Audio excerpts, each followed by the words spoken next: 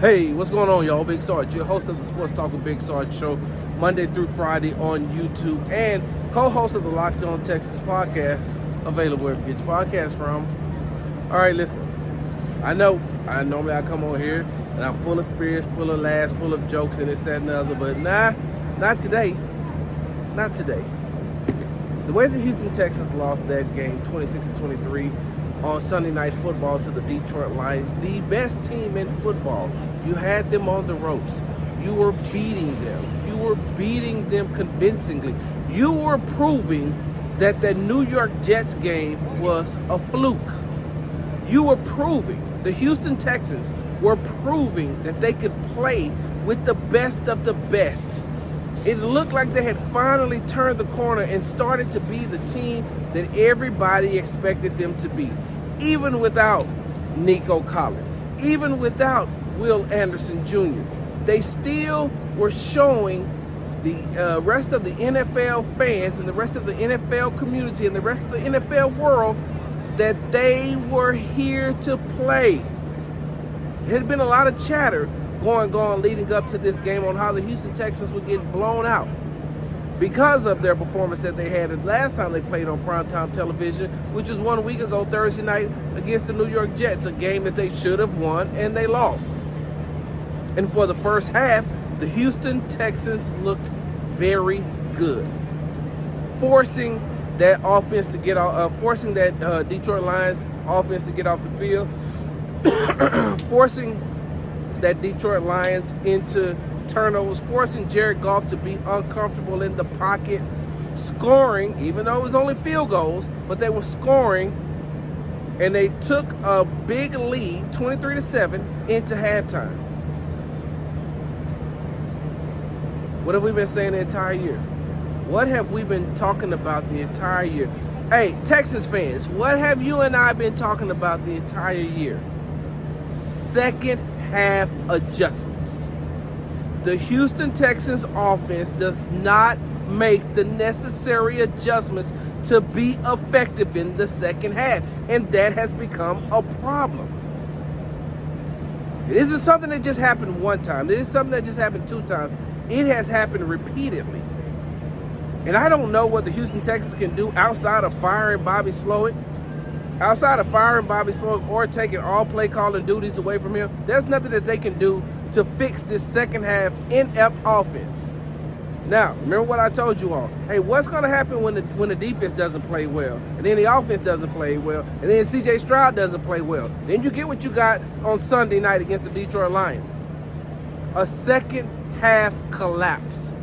And this is the first time in C.J.Stroud's career that I've ever seen him look that way in the second half of a game. Sure, he's been ineffective, but tonight he looked bad. He looked terrible. He came out of the second half throwing an interception.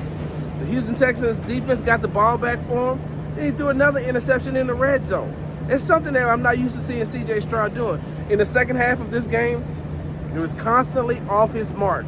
And this time, the offense gave him enough time. That offensive line gave him enough time to be able to do what he needed to do, but he just didn't look comfortable. He didn't look himself.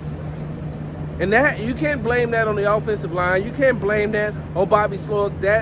That responsibility lies directly on C.J. Stroud. Now, the one thing that I do like about C.J. Stroud is that he is one that will take accountability. In the post-game press conference, in the post-game press conference, he took the responsibility upon himself. He says, I'm not going to point fingers at anybody. This was on me. This was on me. I have to play better. And he's right. He's right. You have the best team in football on the ropes, and you can't put it away. You have a wide open touchdown pass to Tank Dell, and you throw an interception in the red zone? No. This solely falls on C.J. Stroud, and he has to bounce back from this because they have another primetime game against the Dallas Cowboys. Now, at 6-4, the season isn't lost because the rest of the AFC South just don't want to win no more games, seems like. 6-4 is not bad. But they got to find some way to put together consecutive victories. And not only put together consecutive victories, they're going to have to learn how to play in the second half. And if they do that same thing, they could potentially lose to a Dallas Cowboys team who does not look good. They got blew out by the Eagles. What was scored 31-6.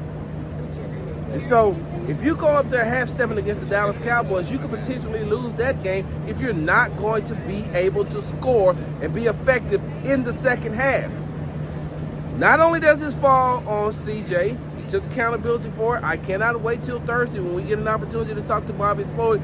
I think we need to ask him, hey man, you've told us on numerous occasions on how you're going to fix this, how you're going to fix it, how you're going to fix it, and it's not fixed. And once again on national television, we saw you get out-coached, we saw you get out-schemed, and we saw you fail this offense. C.J.Stroud should be able to have a bad game every now and then. He can't save you all the time, Bobby. He should be able to have a bad game.